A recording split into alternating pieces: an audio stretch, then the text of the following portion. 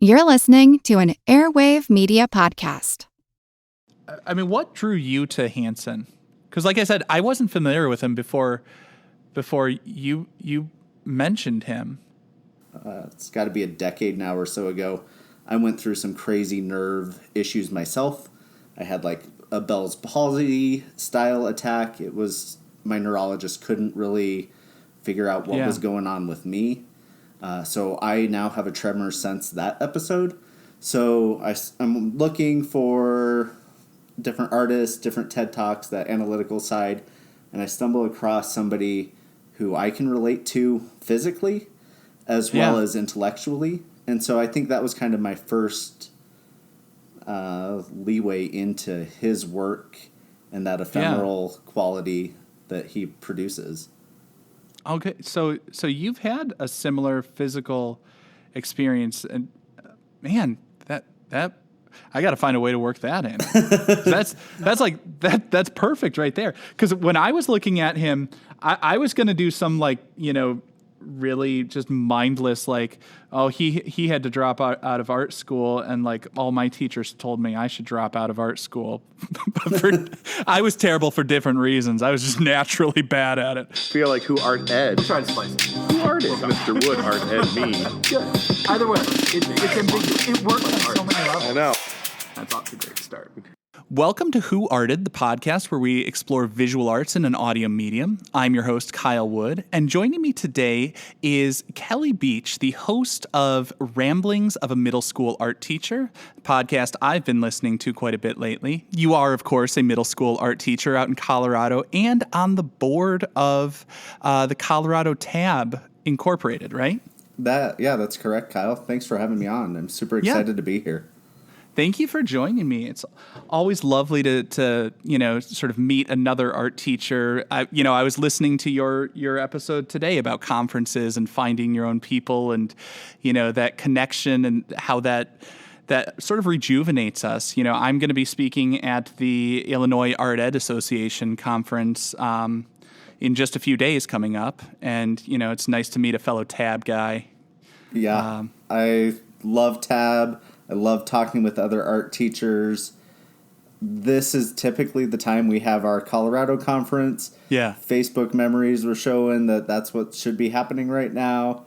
But here we are, and this is going to work. This is going to be great. It's a little bit different, but virtual we can still learn and build that community and learn from each other. So that's fantastic. Now, today, we're going to be talking about an artist that you actually brought to me, Phil Hansen. I'm going to be honest, I was not familiar with him or his work before you had mentioned him. And reading about him, pretty cool stuff.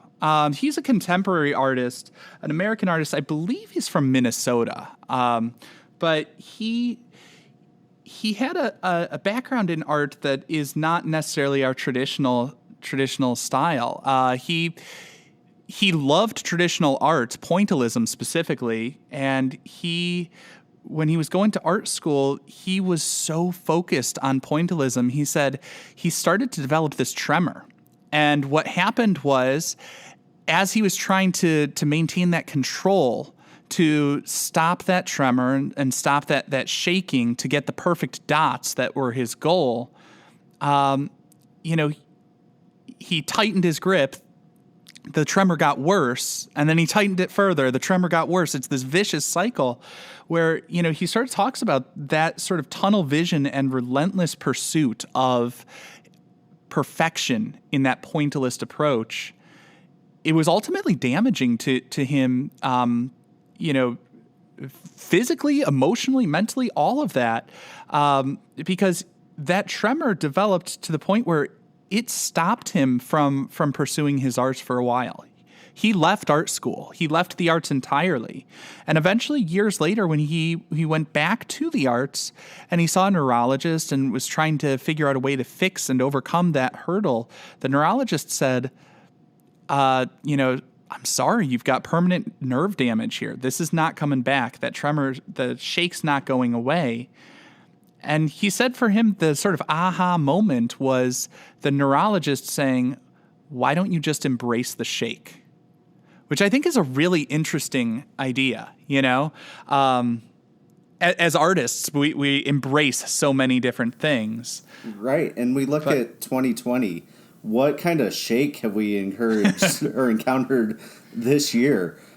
March, absolutely. I was ripped out of my classroom and say, here, teach from home. And get that. That's continuing this year, too. And that's a pretty big shake when it comes to art making. So I think that's kind of been my trend and philosophy this year for my own art making and my teaching. Absolutely. I know for myself, it's one of those things as artists, stepping aside from Phil Hansen, but like getting a little bit meta on here as the teachers getting into our nerdy pedagogical stance. Like, as artists, we are so much focused on control and trying to create something and execute our vision. And, as a teacher, I don't know if you started off in the tab philosophy. I'm sort of a tab guy. I'm not strictly an anything guy. I'm kind of an anything goes kind of guy more than any rigid philosophy. But for me, I came to tab just in the last couple of years, which is sort of a choice-based way of running your classroom. And for me, it was really scary when I first came to the realization that embracing this philosophy means that I'm going to have 30 different projects happening in my classroom simultaneously every hour of every day. And what I found was it was the worst of all worlds when I tried to do that, like in a limited scope, giving kids choice and giving up that freedom. But when I embraced it and just dove into it fully, it was very liberating. And it made it much more interesting when students were choosing their own path. I lost a certain amount of control over what was happening in the classroom, but we shared the control with the students, and the students responded wonderfully. Yeah, when I was teaching, and I discovered tab, I was at a core knowledge school, and I don't know if you're familiar with the core knowledge structure, but it is very art history based. Things are supposed to align with their social studies class. There's a specific art style. A lot of cross-curricular. That you're supposed to meet at each grade level. It was very structured, and it really didn't fit me and how I felt I needed to teach. Kids were rushing through projects. They weren't really excited about the work.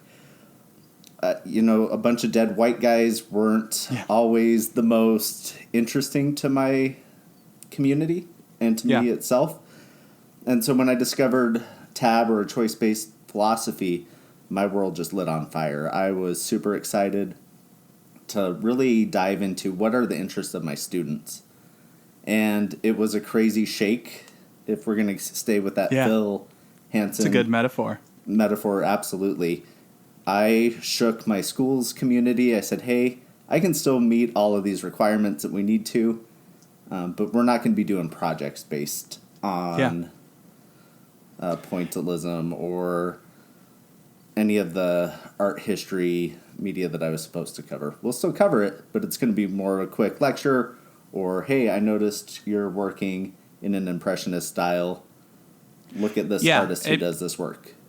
Yeah, I mean, we don't give up those things. We do it in a different way, and it's all about being culturally responsive and valuing what our different students bring to the classroom, their experiences and their interests, and finding a way to broaden their horizons without sort of forcing them to fit into a certain mold. But back to like our Phil Hansen and embracing the shake, that's kind of a lesson that obviously you and I can relate to in our teaching practices. But what he was talking about was that frustration and that aha moment when the neurologist said that shake's not going away, so you need to embrace that. He said he referred to them as scribble pictures. Now, looking at them, they don't look like scribbles to me. What I noticed is he was still maintaining that connection to pointillism that he loved. And he talks about it as fragmenting the art, which I think is really interesting because that's in line with the way Seurat described it. Seurat didn't refer to himself as a pointillist. He talked about divisionism and that idea of like dividing it into these discrete bits. And what Hansen was doing at that point was he referred to them as scribbles, but because it was like wavy, irregular lines instead of the neat and precise dots. But he was still using the layering of those marks, just a different type of a mark, to form a larger representational image. So it's these shaky, wavy lines that all come together for a strong representational image. And then he started to begin experimenting with other media. He started working large scale using his feet as stamps. He used a blowtorch on wood to burn the images into the designs. He just wanted to get away from that really rigid structure and embrace a little bit of chance, a little bit of irregularity, the unconventional media. Because he was no longer able to succeed and thrive in the rigid confines of pointillism that he loved and he aspired to early on, but he still loved making art, and he still felt compelled to do that. And so he found a way to transcend those limitations, which I, absolutely always love to see that happening. And so then he talked about getting out of school. And this is another instance where he had another sort of block, another obstacle that came up. In his narrative, when he tells it, he talks about how he was so excited when he got his first real job and he could afford to support his art habit, and he could get all the best materials that he always wanted. And I remember, when I was in school, I did not always have the best materials to work with, And I remember a teacher told me, one of the best bits of wisdom she laid down. She said, "The materials don't make the art, you do." And I think he kind of came to that realization because he said he felt this block because he was looking at all these materials that he bought for himself. He was trying to figure out what to make. And, I know I've had that experience of you're looking at that blank canvas and it's like, what do I make? Generating that idea, that's the hardest part, That's the part a lot of students struggle with in the classroom when you have very open-ended structures where it's like you can make anything you want. Okay, now what's a valid idea? Yeah, that ideation and coming up with ideas or basing things off of the process itself are super huge for our students. We can't just give them complete open-endedness and expect them to be successful. We've got to teach them guidelines. I usually introduce the studio habits of mind. There's 8 of those. I talk about the artistic thinking process. Where do ideas come from? We build creative bank accounts. We're trying to get as much information in their head that they can pull from so that when those creative restraints are lifted, they're not just stuck there floundering. Yeah, and what I like is that Hansen is open about that, because for a lot of us, that's an uncomfortable space to be in, to not know what to do, and to feel like you have all the resources, so now there's no excuse not to be making great stuff, And what he did was, he sort of realized the paradox of choice and how boundaries and limitations can actually be helpful in the creative process. So he started setting somewhat arbitrary boundaries for himself. Like he started to say, okay, what can I make with just $1? And so he got a bunch of Starbucks cups for free. He just asked them, I know you'll give me a cup. Will you give me 50? And then, he starts drawing across that instead of the, archival acid-free, heavyweight watercolor paper or something like that.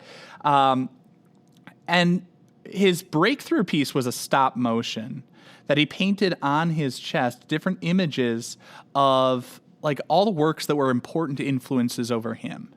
And then I liked how in that he's quite literally building these different layers of influences on himself, and then sort of peeling it away, which I always think, like, metaphorically, it's just so wonderful to show, like, okay, I'm breaking away from those constraints of the painting and the painters that I've loved in the past and still appreciate, but I got to do my own thing, I just thought that was an interesting piece.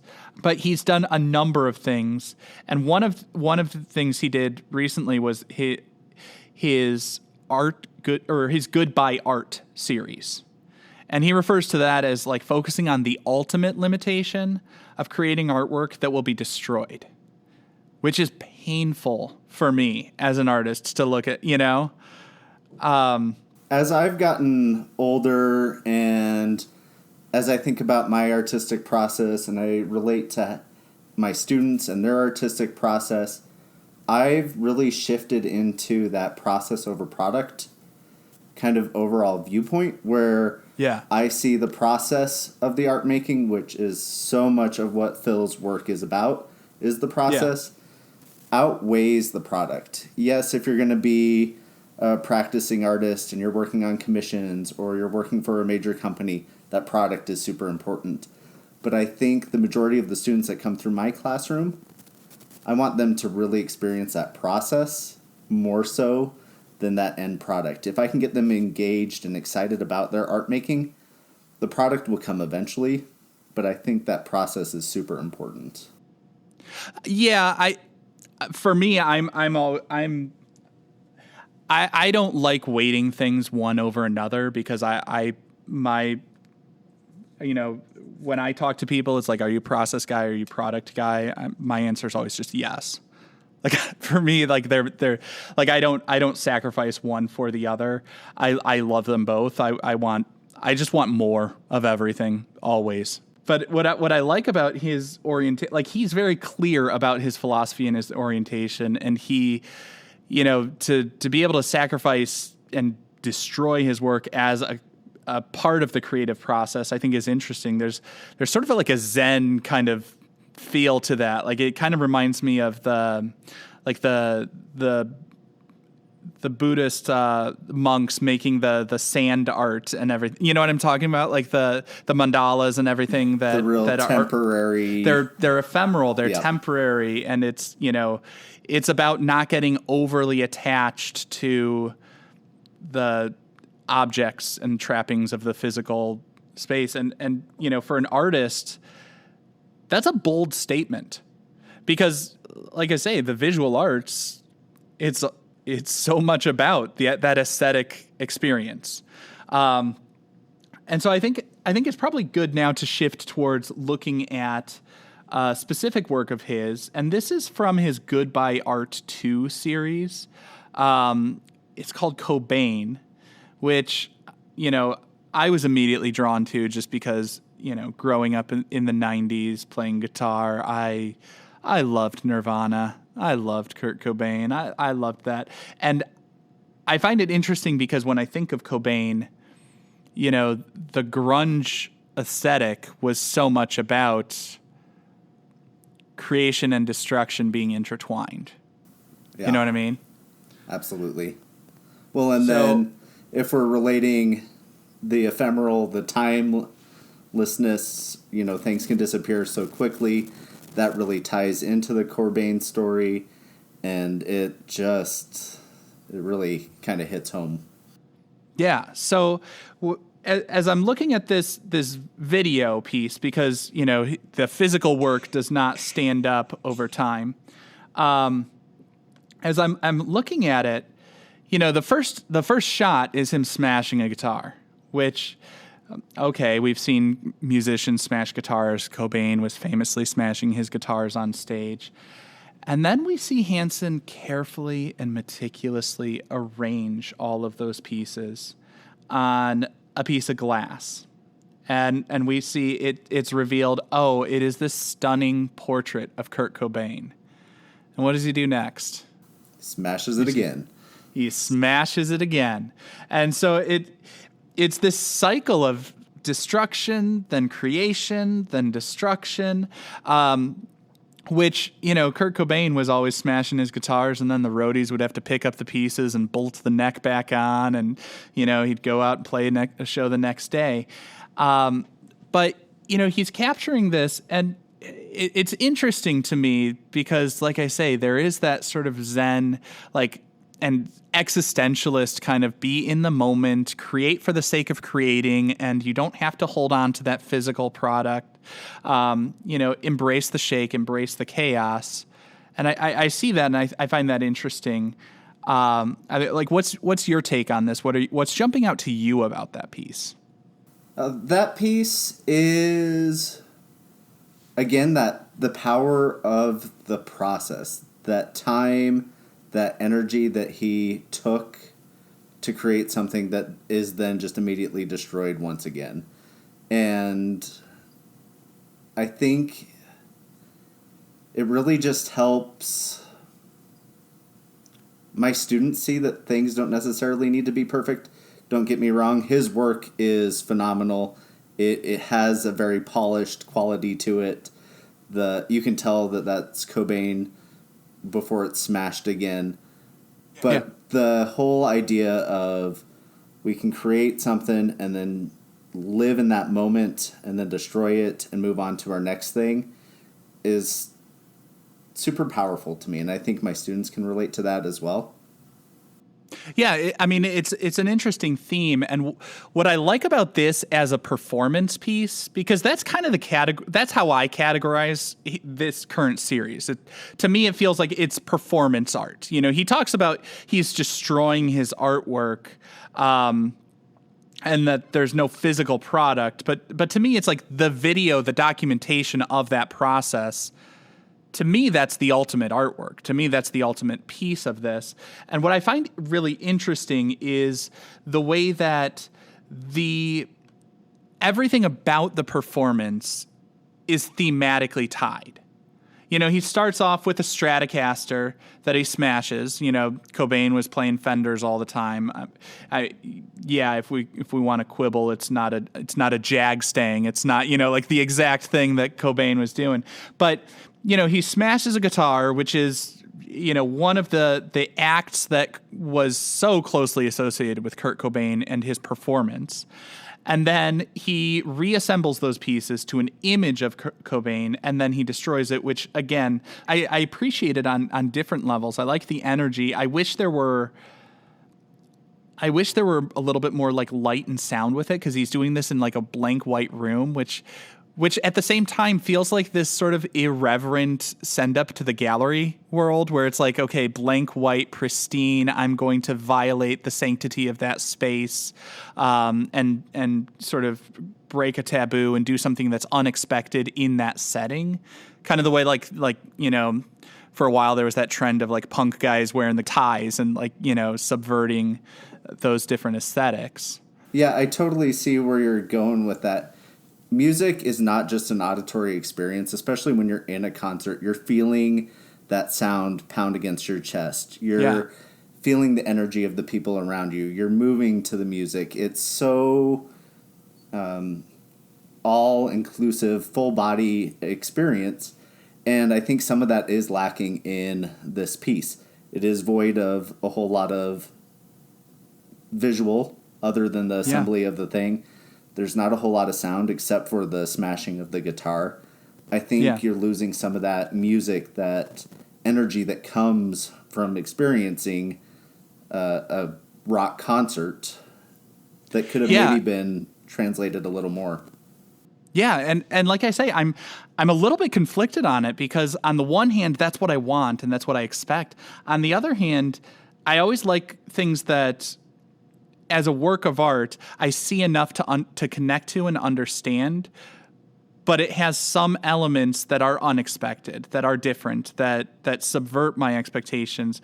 And like I say, I see this as in some ways sort of, the blank white, stark white blankness of it, like it kind of, to me, echoes the artificial environment of the gallery and kind of calls that out in some indirect way. which I find kind of interesting. And I'm wrapping it up. I want just a 3-point rating scale. And where should this hang? The Louvre? Is this something to look at? The lab? Is this something to learn from? Or the Louvre? British for the bathroom. Yeah. There's a Louvre joke in there somewhere. Oh, that's terrible. I've been debating this. I've listened to your podcast. I knew this question was coming.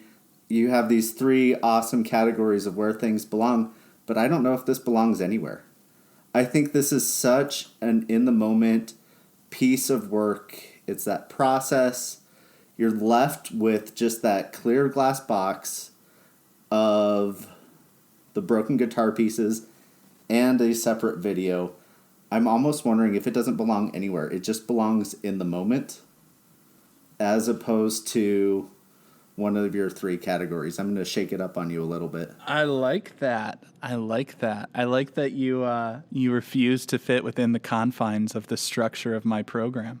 I also was actually conflicted about this because on the one hand, I feel like Hansen himself as an artist, I think he is an artist for the lab. There is so much to learn from. I mean, you and I, we both knew going into this we were going to be talking about his biography, his background, his work, and we could not help ourselves from making connections to teaching and understanding art and the art-making process and the creative process because his story and the artwork he creates, his body of work, is very compelling along those lines and has a lot to teach about the creative process.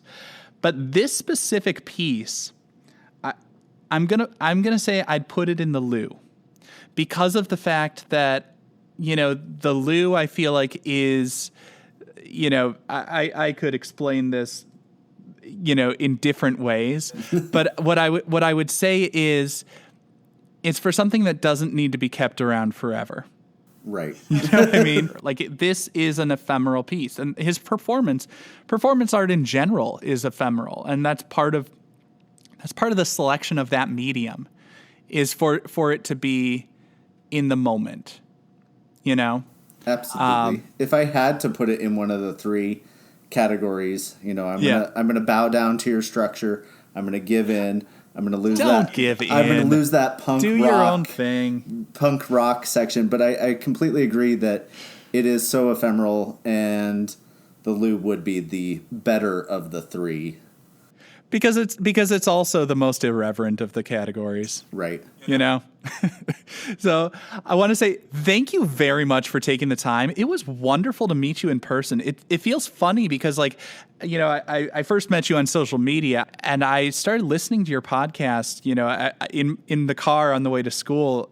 And it's interesting because I feel like I knew you before, and it's nice to meet you. I should put meet in quotes because on Zoom, but it's nice to meet another like-minded teacher. Yeah, I agree. It's been a pleasure listening to this podcast. I especially loved the Lego episode. Legos were my thing as a kid. It was kind of my intro into art, and so I really related to that one, but I really appreciate being on here. Oh, thank you so much. This concludes this week's episode of Who Arted. If you found this tolerable, please like and subscribe on Apple Podcasts, Spotify, or wherever you're listening. You can find images of the work being discussed this week and every week in the show notes, on Twitter at WoodArtEd, and on the website whoartedpodcast.com. Podcast done.